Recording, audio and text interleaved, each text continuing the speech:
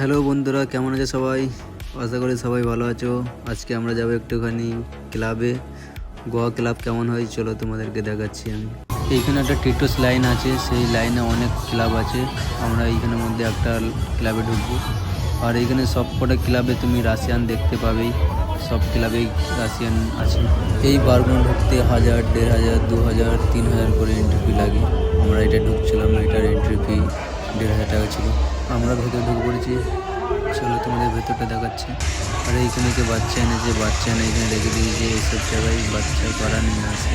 গোয়াতে মদের দাম অনেক কম, কিন্তু বারে ঢুকলে দাম বেড়ে যায়। 300-400 করে বিয়ারের দাম, ছোটো বিয়ারগুলো। বাইরে কিনতে গেলে 75-70 টাকা দাম। আমরা দুজন মিলে গিয়েছিলাম, আর একটা হুক্কা নিয়েছিলাম আমরা দুজনে মিলে। একটা হুক্কার দাম মোটামুটি 2000 টাকার মতন হয়ে যায়। এইখানে মেয়েদের এন্ট্রি ফি ফ্রি, ওদের কোনো এন্ট্রি লাগে না।